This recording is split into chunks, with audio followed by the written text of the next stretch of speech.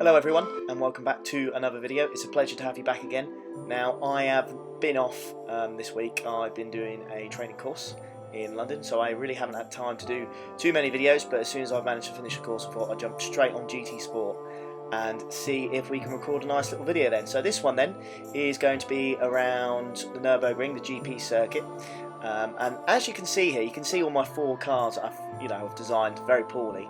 I got a message of one of my subscribers saying they've designed me a car, or a car livery I should say, and they put this lovely livery on the Porsche Cayman. So I thought, well, in honour of him, even though it's probably not the best car around this circuit with the fuel and stuff, I thought, you know what, I'm going to put it on my car. So that's exactly what I did. So I chose the Porsche, I put the livery on, and I think it's rather good. I think it's a really nice, neat design. So thank you to the guy who did that. It was, yeah, really nice here. So let's jump into it then. So new daily races this week. So A, B or C. We're going to go for C, which is Group 4. Oh, hang on. Let's have a look at this.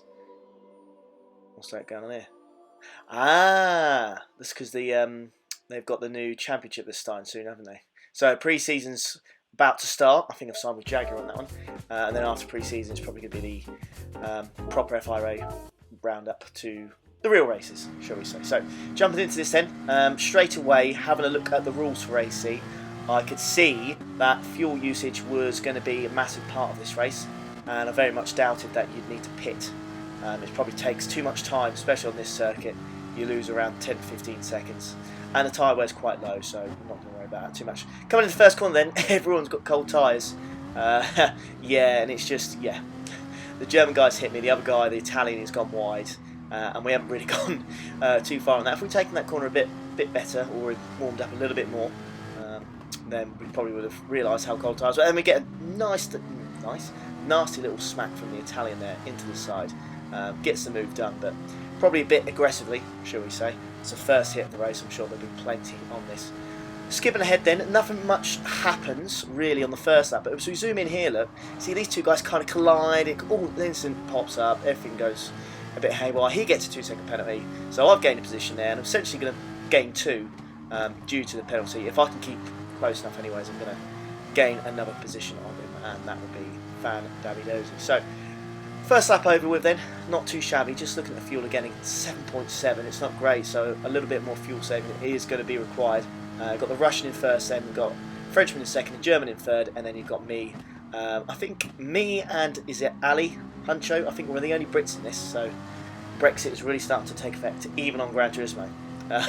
Looks like the Brits are being singled out quite a bit. Boris Johnson has done his job, even affected Gran Turismo. So coming into this corner then here, the Frenchman goes a little bit wide. We just make sure that we stick on the back of the German and the Frenchman so that we can get the place and we get to third position. I'm surprised that the guy in front of me chose the Porsche, because I knew the Porsche isn't fantastic on this track purely because it's a mix between, well, it doesn't have the top end speed, which is what you need against Megans to overtake them, because they don't have great speed, so you kind of need a bit more to overtake them.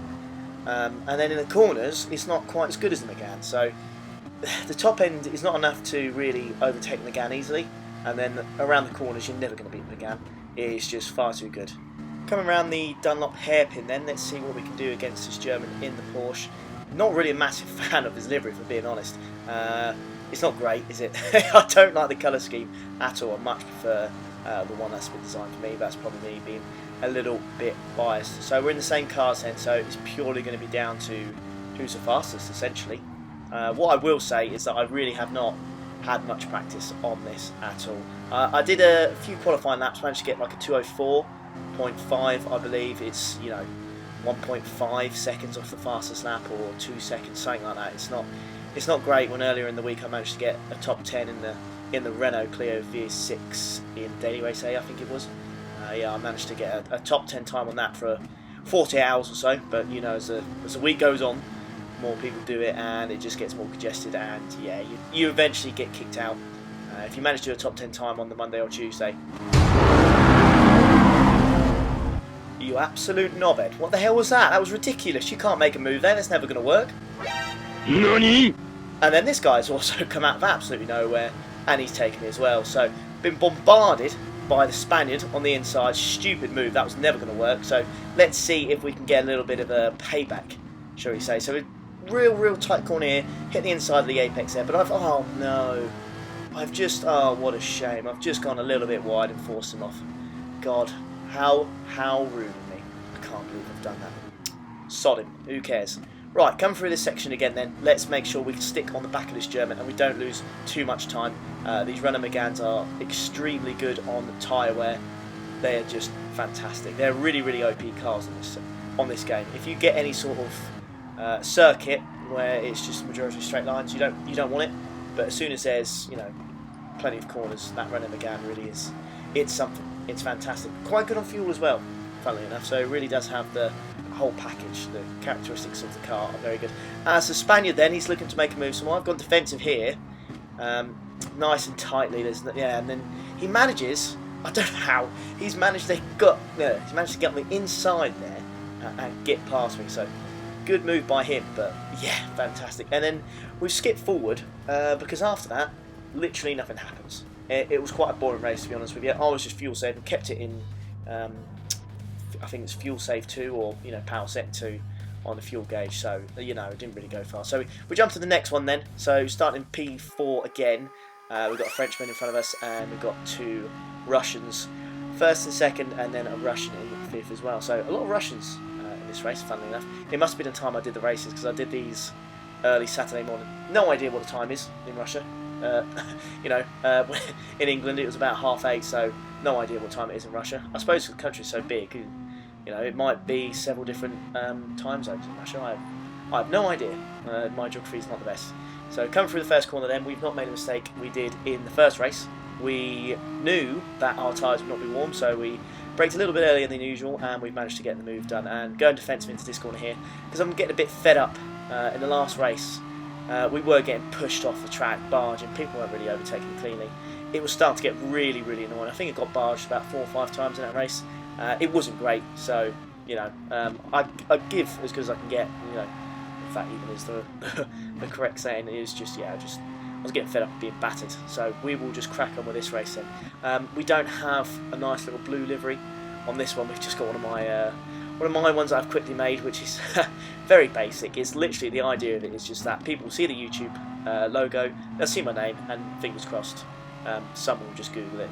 Hopefully they'll search on YouTube and they'll watch the content and they'll like it. It's as simple as that, really. When you've literally just started, you've got to do these kind of things to get yourself noticed. Otherwise, it's where you're going to start getting your first 100 or so subscribers. I think I've done it a couple of times. I've gained a few subscribers just from people seeing it on the back of my car. They'll send me a message, I then tell them about the channel, and they come over, subscribe, watch some videos, and it's good. So I'll definitely recommend it if you do, if you've got a YouTube channel for Gran Turismo or whatnot and you're watching this. I would always recommend it, even though, let's be honest, it doesn't look great. It still gets the point across. People are still going to read it. There's still a chance of people Googling your channel or whatnot. It's like free advertisement. We get hit in the back here from the Russian. Because this French guy in front of us, he just seemed really slow. I don't know if he was fuel saving or what he was doing, but we were really slow going to that hairpin. So I don't know what he was thinking. We were just kind of stuck behind him. I didn't really want to go for a move because I didn't really know what he was doing, and it just got a bit pear-shaped. And for this whole next lap then, as I fast forward it here, same thing again. He's just really slow. 208.3. The lead is doing a 206.3. We're over 2.6. I was getting hit in the back again. I was really starting to get annoyed by this. But thankfully, they didn't overtake us, so I just skipped forward a lap because, again, nothing too much happens. I don't want you to watch a lap of nothing happening. I just want to show you all the action of what's happened. So we braked quite early here then, and the Italians managed to get the move done.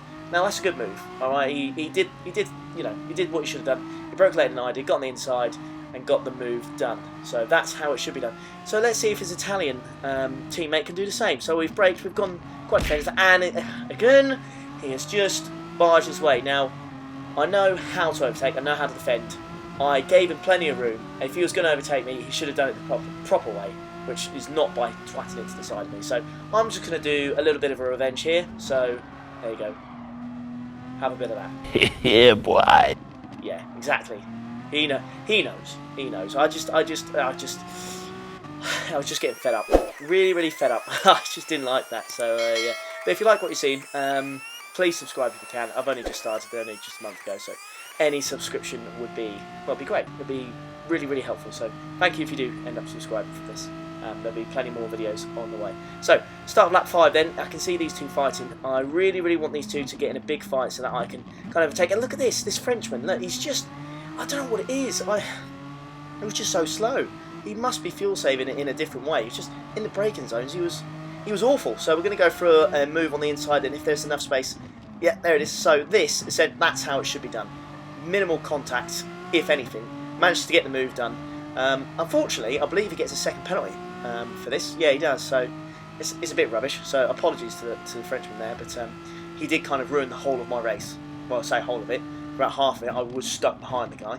I just couldn't catch him.